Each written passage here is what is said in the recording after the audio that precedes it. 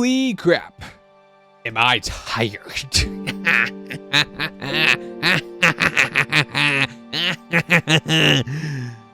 I'm losing it. I think I've been losing it. It's finally starting to take more of an effect, more of a hold, you know. But we got one more to get through before I let myself pass out. Okay, so here's what we're gonna do. We'll be watching the Grim Kleaper. Is that how you pronounce it? The Grim Kleaper? Grim Kleaper? Something along those lines. Anyway, he's going to be playing Total Warhammer 3, and he's going to be playing as the rats. The rats. We're the rats. Now, I have seen this video before, but I'm not going to lie. I don't remember much of it.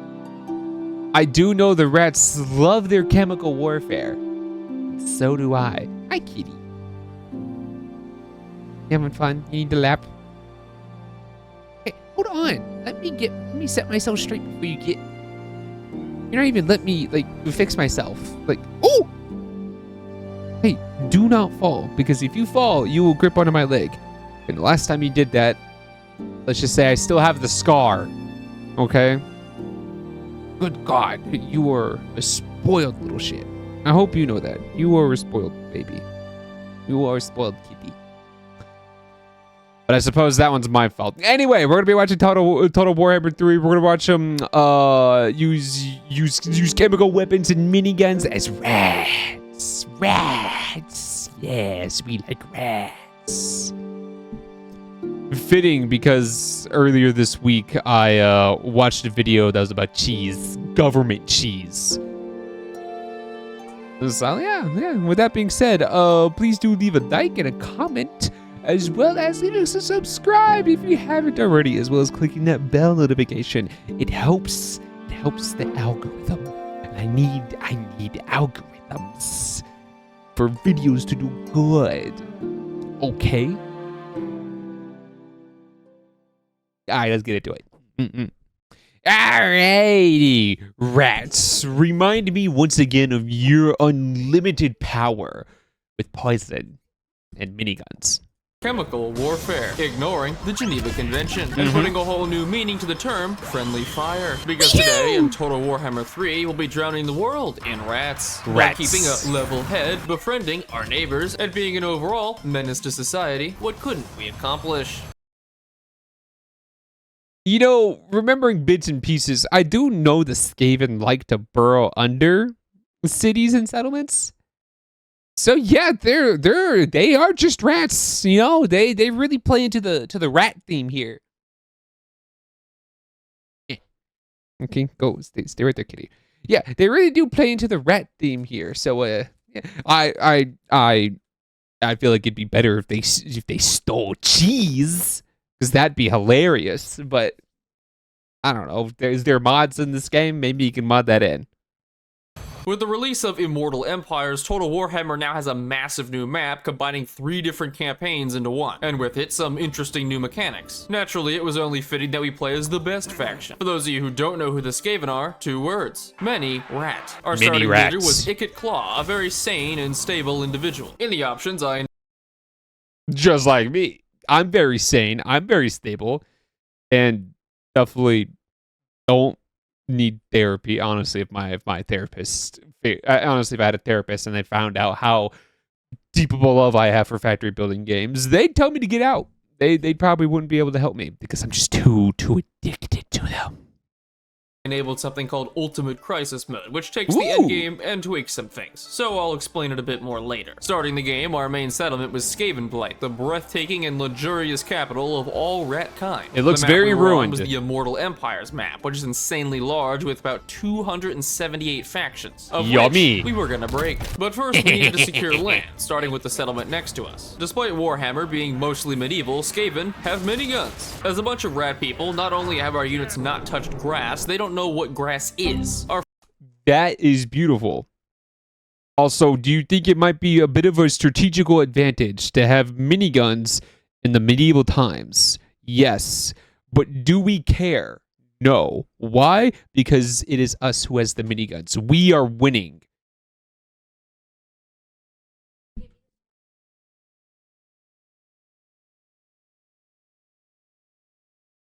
Our front line is weak, our heroes walking toothpicks, and our morale isn't real. But we do have one major strength. Above all else, Skaven are cheap. So cheap, in fact, that the lives of my infantry are worth slightly less than my bullets. I like how we've already won the battle. I thought he was going to be like the dirt, the very dirt that they stand on is more expensive. But no, their bullets are more expensive than the infantry. Huh.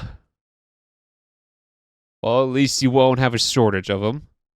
And I am still friendly firing my own units. With the fight ended, we gained our second settlement. On the campaign map, we could construct and upgrade buildings to train higher level Skaven, troops that were basically still bad. Ikit Claw also leveled up, so we started to train his campaign skills. Ikit also has a special mechanic called the Forbidden Workshop, which lets us upgrade our various weapon teams and build Doom Rockets. As the name suggests, they're tools for world peace. Our first upgrade was for our Rattling guns, which is a minor change that gives them infinite ammo. We walked over to the capital of our Empire enemies, but the garrison was too infinite ammo at that point. What, just stack attack speed then?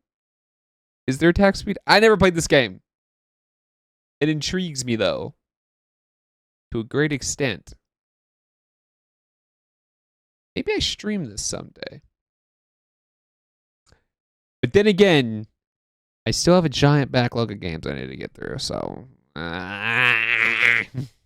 anyway. Large to fight, so I backed off. After ending the turn and cycling through all 200 AI factions, the enemy army attacked us outside the city. Because we were fighting in a choke point map, we clogged both entrances with an inabdominable wall. Skaven slaves. With the enemy army blob. An immovable wall made of bodies. And you know what? They were too busy trying to get over the wall, they forgot about the guns. Up, I decided to test our weapons. Despite mowing down the rest of them and winning the battle, we took 722 losses. Gee, I wonder why. With the army defeated, we moved on to their capital and began to siege it down. While the siege continued, we had another important scheme being set up. I'd moved a warlock engineer all the ways up to the Wood Elf cities to use his special ability, expanding the Under Empire. This essentially establishes a city under a city. We could they get to build their nest under it. that was one of the pieces that I remembered from watching this video from way back when. build various things in our undercities too, but most importantly, steal money and build subterranean dirty bombs. Yeah, no, that too. But first, we need to keep expanding above. Dude, you can just demolish an entire city and they wouldn't even know. And steal their money for yourself to buy more cheap troops. I was going to say ammo, but he's got the ability where he has unlimited of that stuff. So, yeah, this seems like an up and up for me. See, this totally seems like a win-win-win. And all those wins are mine. They're not for anybody else, just me. Rats. So we took that capital city, eliminating our only enemy. Never mind. For some reason, people think we're some kind of threat to society. Officer, I wasn't doing anything illegal. It was just a Breaking Bad reference. By expanding the I'm sorry, officer. I was merely texting and driving. Clearly, it wasn't my fault. Under Empire, people would get unhappy. And not just people, the tree this guy's huggers. A tree. Plus some a literal buildings tree. Automatically expand to other settlements, so pretty much everyone would hate us. Back to being above ground, we moved over to colonize the ruined settlement, but apparently a Beastman herdstone prevented me from doing it. Surely going to war with one more person couldn't hurt. Attacking the settlement allowed us to show go to off war our with everybody? grinders. By causing minor ecological damage, we could immobilize all nearby enemy units. We occupied the settlement and ended the turn. And a message from the Fae of Britannia. I wonder what that's about. And this guy too, declare I don't war. even know who you are. We colonized one of the... He's a dwarf. You don't need to know who he is. He's just cool like that. Dwarven strength and might. So I do find it funny how he's essentially going to war with everybody. Mainly because they just don't like him. But joke's on you guys. I'm making nests under your settlements. And your gold is mine. Yes. Ruins, continue upgrading our settlements, and the Beastmen were back. Oh. I'm scared. But I guess the AI wasn't, because instead of fighting back, they literally just sat there while eating bullets. Do you ever look at someone and wonder what is going on in their head? This is what's going on in my head. Not gonna lie. Oh yeah, I was going to say it's either the falling bread or the monkey with the symbols. So it's just flip, flip. That was my attempt at mimicking symbol sounds. Please rate that between with a number between 1 and 10 in the comments. Thank you. our advantage, they tore through our front line. Well, I tore through our front line. We mopped up the rest of the beastmen, and before long, it was just one left. Their leader, Morger. But of You see, honestly, I think that just proves how strong you are.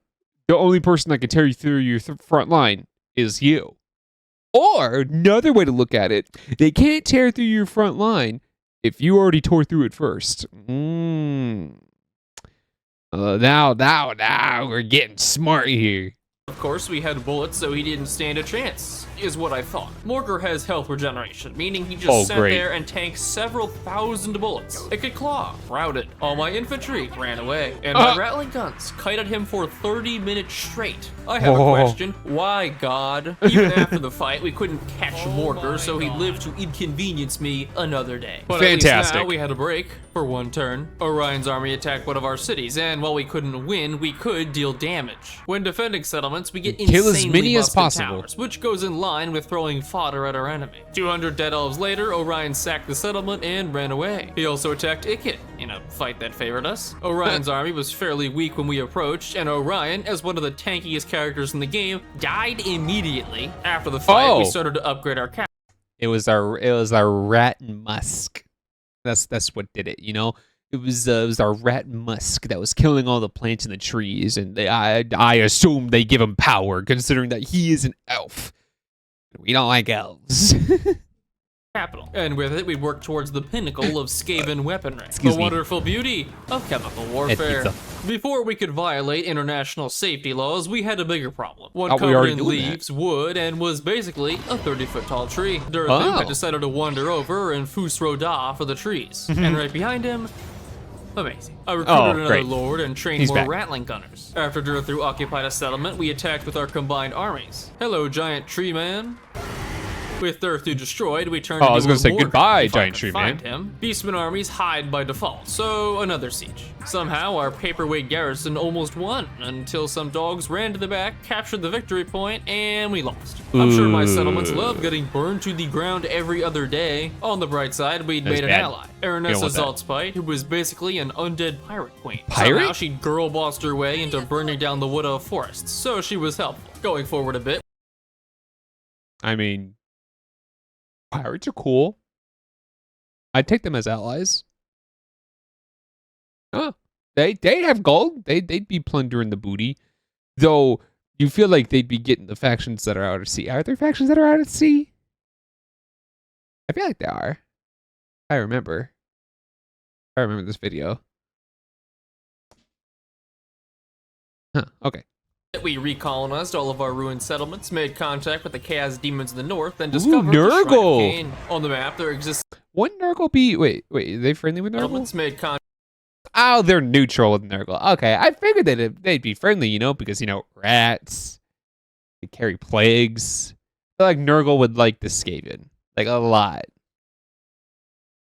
Like, a lot, considering that they're very good at carrying plagues. Contact with the chaos demons in the north and discover the Shrine of Cain. On the map, there exists an item called the Sword of Cain. Basically, it turns someone into a murderous... Anyway, back to Shrine of Cain. On the map, there exists an item called the Sword of Cain. Basically, it turns someone into a murderous psychopath. So we're if we had it, we'd turn Ikit Claw into essentially a god. It would also put us at war with... Is that like a corn artifact? Because if it turns into a murderous psychopath, Korn would love that. I feel like it has. I feel like it's an artifact for Korn. Pretty much everyone. So again, business as usual. Our second army got intercepted by the Beastmen, and after retreating... Again? Hello, fantastic. Wait, why are the Beastmen your reinforcements? Both of you are at war. To deal with Morger, both of you hate each other. Why are you supporting each other? Kinda just moonwalked away. You know what? The enemy of my enemy is my friend. So that's probably why they're like, hey, you hate the rats? I hate the rats. You hate the rats? I hate the rats. Want to team up to go beat up the rats? Yeah, okay, let's do it.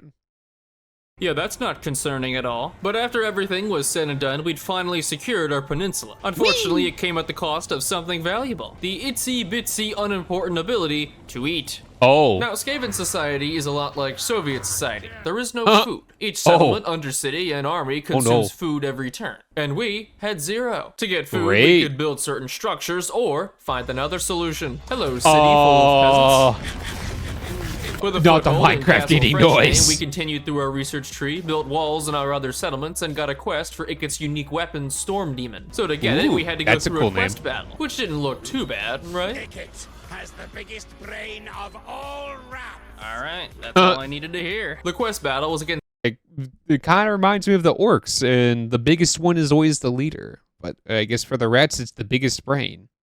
the lizardmen, who have high health infantry and monsters. In terms of infantry, we had poison wind globadiers, which damage everything they hit. They're also the Even reason us. why my front line is dead. Our rattling gunners could deal with most of their monsters. Case in point. I also forgot to mention that we picked up these extremely elite council guard, which are essentially our best infantry in the game. Hence why we are shooting them in the back. As That's we dealt fair. with the first army, a second one came in too. They are This one expendable. entirely made up of monsters and dinosaurs. We finished off the initial army, got hit by an orbital sunbeam, Dinosaurs? kind of bad, and the Ripperdactyls reenacted a prehistoric Pearl Harbor. But with the monsters, it was still close. Our infantry were like grass, being mowed by bigger grass. And we had to kite the lizardmen back. Is that the fucking Hammer of Dawn? Who has that in a fantasy game? That's pretty cool. Back with our rattling guns. Through the power of the NRA, willful ignorance, and running away from our problems like it was 2020, we barely came out on top. So in God, winning the 2020. battle, we took Flashlight, blink 830 of an eye. casualties. But if you do the math, the enemy only got 370 kills. Oh. Oh. Oh no. With the battle won, we got God. access to Ikit's Storm Demon weapon. The global obedience bonus was nice because towards the end of the game, things get hectic. By Oh, enabling that's a Ultimate dragon. Crisis mode, we'd be fighting against ridiculous odds later in the game. Right after the battle, 2 Bretonnian armies showed up and started sieging our castle. Luckily, we leveled Ikit up to have Lightning Strike, which means he can lock Ooh. reinforcements out of battles when attacking, so we could 1v1 any army. The masses of unwashed peasants were led by the Fey Enchantress, riding a meth addict Bojack horseman. Meanwhile, Ikit casually rode a giant electric hamster wheel. I was initially worried about their Grail Guardians. Giant electric hamster wheel. Ikit casually rode a giant Wheel. Why'd I say real? What? Huh. I stumble on my words a lot. What was I gonna say? Okay, bad the video. an electric hamster wheel. I was initially worried about their Grail Guardians, who are one of the most elite cavalry in the game. Or should I say, were the most elite. But isn't using I mean, they had swords, we had guns. Parry this casual. Yeah, yeah, okay. poison gas against peasants kinda overkill? Well, according to my magic 8-ball, try again later. By winning the battle, we got a unique trait for Ikit. We also unlocked the avalanche mortars, which are kinda nuts. A legendary cause Wood Elf avalanches? hero also showed up. A practical demigod, Ariel was one of the most powerful creatures in existence. That's a lot of health. And now, with the help of one sneaky rat, dead. We attacked the remnants of the Breton Hello? What? creatures in existence. 6,660 And now, health. with the help of one sneaky Hero actions assassinate. Oh. Oh, and it looks like it didn't cost much gold. It don't look like it cost much gold at all. rat, dead. We attacked the Oh remnants my. of the Bretonnian army and ambushed them too. Now, how long do you think this whole fight will last? If you guessed 27 seconds, you'd be off by 1 second. Bretonnia Oh. got 0 kills, and we lost 75 people. That, Yeah, that tracks. You know, for people that like to shoot each other just as much as they shoot the enemy. I'd say these are actually low numbers here. that's fantastic. While Yeah, all of that's this pretty- had been that's good- going that's on, good we've number been losses. expanding the Under Empire. My warlock engineer had taken a slight detour and established a On city the other under the side of Dark the map. Elf capital. We also had one under the High Elf capital and every Wood Elf city. If you couldn't tell, elves don't really like us. Like every I see this as a win. Wow, but I want elves to like me. I want them gone. I need the trees to be mowed down so I can place down my factories. Ariel, who was back to being a mild inconvenience. It was becoming Wait, I thought you killed her. What? She can come back? Oh boy, she can come back. Yeah, I'd see why you wanted to assassinate her. clear that we'd have to deal with the Wood Elves before expanding further north. In order to eliminate the Wood Elves, we need to raise or occupy every city in Athaloran. I occupied Fantastic. both bordering Bretonnian cities above us to have a staging ground. We fought the Fey Enchantress, again, upgraded the defenses on our main peninsula, and re-recruited a second army. This Ooh. one will be filled with entirely infantry to supplement Ikit's army. Now, Wood Elves are generally isolationists, so they rarely leave their lands. That is, except for Durthu. Our second army was back in Okay, I was going to say, unless you burn enough trees, then they might make an exception and come out to just step. Skaven Blight, so we needed to sally out and fight 3 massive Wood Elf armies. Army 1, Great. Army 2, and Army 3. Meaning once again, we'd have to fight He is his own army. University of North. Future Desk. Outnumbering them 3 to 1, we started the battle, and before long...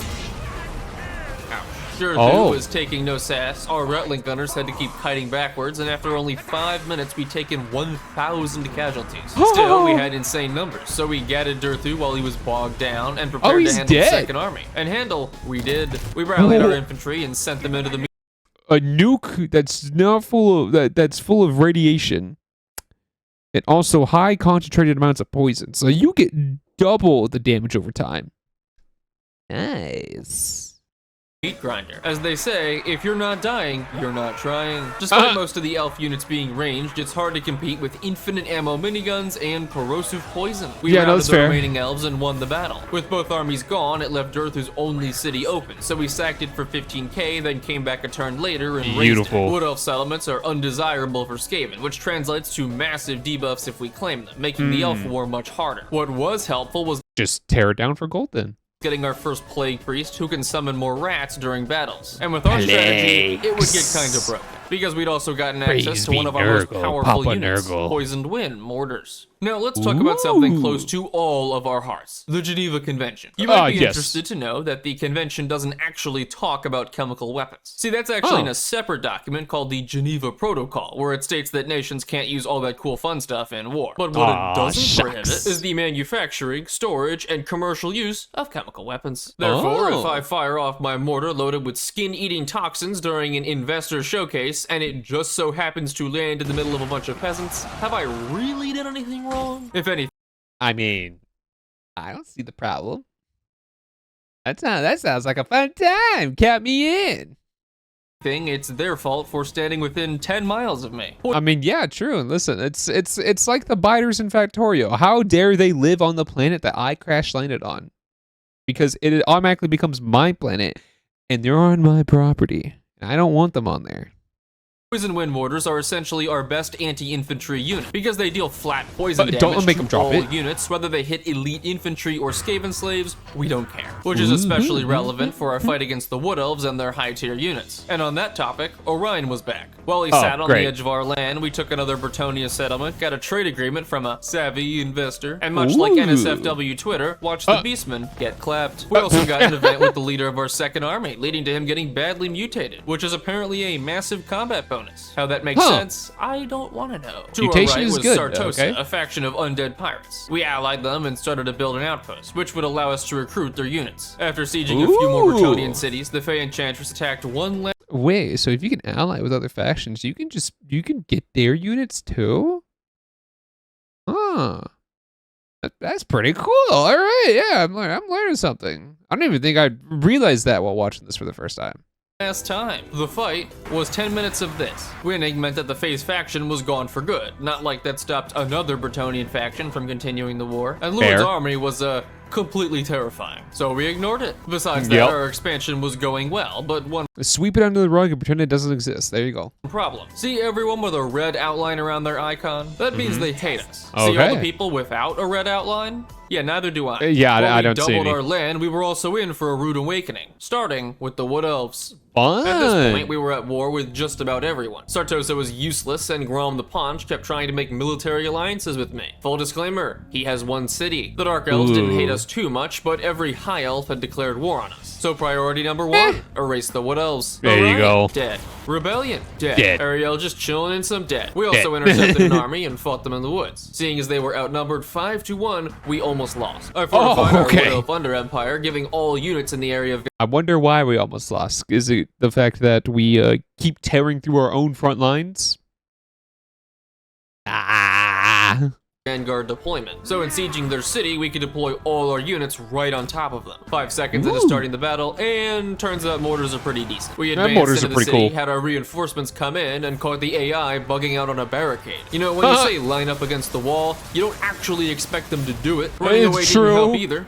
Probably hurt, actually. And with battle won, we'd successfully taken Orion's capital. While we were doing that, we built up our Plague Priest capacity, which would give Ikit's army more clan rat summons. Sartosa also wanted us to join a war against the Tomb Kings, and as their stalwart military ally, no. Back to Athelorn, right in the center is the Oak of Ages. It's kind of like that tree in Avatar with the blue hippies. Long story short, we cut it down. Another Wood Elf city later, and we'd taken half of Athelorn. Plenty of materials for more settlements, I guess. Unfortunately, it opened us up to more attackers, like... I am supreme. Okay. Not even one turn later, an Empire army. Oh, Luckily, great. They walked straight into an ambush. He's and bald. 68 seconds of fighting later, gone. Of course, right after, another Crazy. ambush with similar results. If you couldn't tell by this point, we're going to be doing a lot of ambushes. Skaven, by default, can ambush any army they attack, and by leveling a certain skill, we ambush almost 100% of the time. At last, we sieged the final Wood Elf city, but now with some extra help. Our Plague Priest had gotten a Plague Furnace, which on top of just being big, scary, and morally questionable, actively damages all enemies around it. But even now, our Death Ball wasn't in its final form. That being said, the siege wasn't particularly crazy. It was really just a lot of... With Waterfall Palace occupied, we now controlled all of Athelorn. Moving ahead a little, we eliminated another Bretonnia faction, laughed in Grom's face again, and finally established relations with Arkan the Black. Again, I'm glad that Nurgle himself wants to... I'm glad that servants of Nurgle want to form alliances with us. But you need more than one city. Please. You need more. That's it. Plain as day, you need more. Considering my only friends are either undead pirates or undead Egyptians, my social credit score was not looking good. Speaking of social credit, hostile. I went ahead and checked who the most powerful faction by strength rank was. Turns out it was Taiwan, China. I said China. All right. While our army was looking seriously powerful right about now, it also couldn't be everywhere at once. So while we took 1, 2, 3 more Bretonnian settlements, our armies were stretched thin. Still, I recruited 2 more Plague Priests to add to Ikit's army, because later in the game, we need an even better army to deal with ultimate crisis mode. We sacked more of Bretonnia, iced some random high elves, and recruited a 4th army, filling it with stuff. After occupying one of Bretonnia's last cities, they made a desperate attack to get a settlement back. Now, my garrison is hot garbage. King Lewin can beat all of them on his own. Sorta. So getting into the battle, we built some towers and defenses. Lewin's army was small, so we pelted down his infantry and accompanying heroes. Now here's the real problem. Big Boy. We couldn't actually damage him because he has health regeneration. That's so a lot of instead, health. I let him rout my units and chase them off. See, flying units can't be alone. If they don't land to fight, they'll eventually forfeit the battle. So Lewin beating my units is cool and all, but what about these guys? By hiding on the other side of the map, Lewin could not physically get to us before the air unit penalty kicked in, causing him to have a midlife crisis and die of a stroke. As Sun Tzu once said in his book, The Art of Cheese, skill issue, lol. That's a skill issue. What do you mean he could come get us, loser? Oh, God. But the cheese wasn't done yet. One of our core settlements was being sieged by high elves. Good thing we had that 4th army. Oh my god. Calling that an army was an insult to the military-industrial complex. It was bad. And now fighting a legendary lord, Eltharion the Grim. The plan was simple. Die. By running some spiky hamster wheels into the middle of their army, I banked on one thing, which... Okay, how well did it work? Hamster wheels into the middle of their army, I banked on one thing, which... And? Worked. With 60% of their army dead in 1 second, we hit Eltharion with the old Expelliarmus and won the battle. Overall, everything was... What were we worried about? There are high elves, and we were rats. Clearly, one faction's more powerful than the other. I'll give you a hint. It wasn't the high elves. Looking good. Ikit's army was getting better and better. Our 4th army was adding doom wheels, and we conquered Bretonnia. But as much as things were going our way, we had one final threat to worry about, because rapidly approaching was the endgame crisis. In Immortal Empires, there are 5 different endgame crises to choose from: a Tomb King's Crusade, Dwarf Invasion, Orc Wa, Wood Elf War, and Vampire Apocalypse. Dwarf Invasion sounds pretty cool, not gonna lie. And we'd picked all 5 with 200% difficulty. And at this point, that's even more fun. We only had 10 turns to prepare. We had alliances with the Vampire Counts, Demons of Chaos, and weren't totally hated by Malekith, so good enough. In line with stalling, I reinforced our garrisons and finished this horror of an army, which was on a wild goose chase against a random High Elf army. But they weren't alone, because our entire northern land was being invaded. With the endgame crisis now only 5 turns away, I decided to just demolish the buildings for money and leave the settlements. The goal was to try and defend our core provinces so we weren't stretched too thin. A little bit of preparation later, we were on our final remaining turn. Now before I show you what the ultimate crisis looks like, here's everyone we were at war with before I ended the turn. Here it is now. Vampire Counts invasion, check. Orc Wa, yep. Dwarves and elves, just a few. And Tomb Kings, How could I forget? In a matter of one turn, about 200 armies appeared out of thin air all around the world. Oh, And to make matters fantastic. worse, Oh, goodbye, and the tree is Athel back. Lauren. Okay. I'll see you in therapy. Oh, and remember Grom? This is him now. Something I didn't realize would happen was that the crisis automatically broke every treaty we had with Grom and Vlad. And the game acted as if we had broken them, so my reliability became 0. Now, while most places were essentially immediately overrun, our core provinces were safe. It seems kind of dumb though to automatically like put you at war and then make them hate you even though you're allied with them. If anything, you'd figure whatever, I guess. But given our proximity to both Athel Lauren and Mausilian, that didn't mean much. In terms of strength rank, we dropped to 28th. But don't worry, we're only at war with 1 through 27. We retreated back into our territory, stole We're only at war with everyone. Sounds like the Imperial man, honestly. They're only at war with everyone. So you know what? If humans can do it, the rats can do it. Capital for money and watched Athel Lauren descend into chaos. On the bright side, all this time we've been peaceful with the Empire. So as long as we didn't do something stupid. Right. Oh. I forgot I built that. Luckily, I don't think they know. Yeah, I don't think they noticed. Hey, did they notice? Did they notice? I don't know. That number, kind of red. I think red's the Angie color. Oh, I'm just reading that text. Still not at war. I mean, okay, look at that. Problem solved. They definitely did notice. Okay, yeah. Listen, I may have accidentally lit the fuse. I kind of tripped and fell, so that's my bad, all right? I did a little whoopsies, so I would like to formally apologize. Are we cool? All right, you're kind of quiet. We're just going to go ahead and continue. Noticed. Anyways, back to defending, I put armies on the bridges leading to our core lands. The Doomwheel squad got caught by 2 much larger Vampire Count's armies, so we bobbed up our units and advanced with our Rattling guns. But the Vampire army was way too large. Most of their monsters are designed to kill large units, so our front and back line were quickly overwhelmed. In summary, we got clowned. That left us with 3 other armies. And that's not. I'll be right back. I gotta blow my nose. All right, I can breathe now. That is fan-freaking-tastic. Yeah, we're almost done. Let's get through it. Armies to defend the front line, so it could picked up the slack. With 5 plague priests, we could summon non-stop clan rats to block attackers, and making friendly fire even more acceptable. After winning the battle, I could yeah, we love friendly fire. Army using this.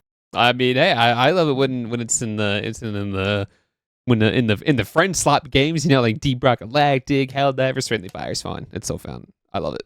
The same formula, we kited with the Plague Priest until the whole army had been finished off. But while Ikit was a powerhouse, he was also our solo carry, because our other armies got caught again by the Vampire Counts. That's a big dragon. That's a cool looking dragon. A diverse combination of rats, undead pirates, and chaos warriors. Remember, all people are equally worthless. We lined up near the corner to wait for our reinforcements and use our mortars. But because our first army had no rattling guns, they advanced across the field and broke our lines. Given their infantry, our undead samurai, and ours, or that, it was no surprise we broke. Vargulfs and Crypt Horrors just ran over our infantry because we had nothing to stop them. By the end, we'd inflicted damage, but ultimately lost the battle and 2 of our 3 armies. That meant it was just Ikit against everyone. Simultaneously, our economy was losing ground, more armies were pouring in from the north, and the Tomb Kings were sailing up from the south. My list of at-war factions looked like a barcode. There was no chance we'd live much longer. So what could we do? Well, I mean, we could give up. As they say, it's about the journey. We come out, we go out swinging. Of course, whoever said that has clearly never driven to a Chick-fil-A on a Sunday. Locked door? No, I have the key. For a short campaign victory. That's where that was from. I keep quoting that from time to time, but I'm like, where did I see that? I know I saw that from somewhere, but no, yeah, that's definitely, that's from Chick-fil-A's fucking delicious. To eliminate these 3 factions, which we've done, ruin 30 different settlements, also done, and level up the Forbidden Workshop to rank 3. For that, we just need a level 15 Warlock Engineer. And wouldn't you know, we had a level 13, which means we just needed one more battle, one grand and courageous conflict that would solidify our win. But who would we fight? Our arch enemy Durthu, or maybe the Red Duke and Mausilian? High elves, I say dwarves, kill the tree again, bro. The world was our oyster. So to finish the game, I did the only thing any honorable Skaven would do. And that is? My scurvy crew tell me you come to offer things, rodent man. Sure. in a way. What? You're going to declare war against your last ally. Looking at how much left we have in the video, I'm guessing that didn't go very well. But let's find out.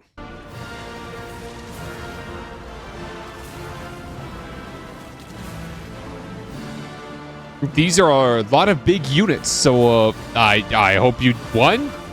I don't know who's winning. I hope it's the rats. I'm rooting for you guys.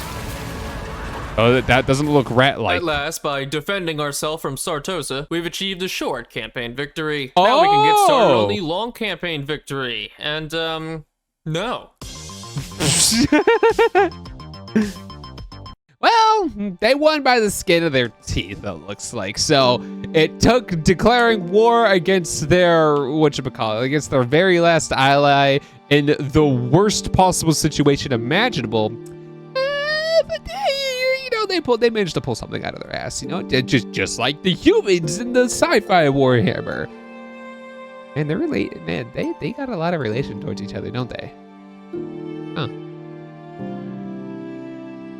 Anyway, if you'd enjoyed this video, again, please let me know in the comments, as well as leave a like and then a subscribe if you haven't already, as well as clicking that bell notification, because if you don't do that, I'm gonna come find you at an alarming pace.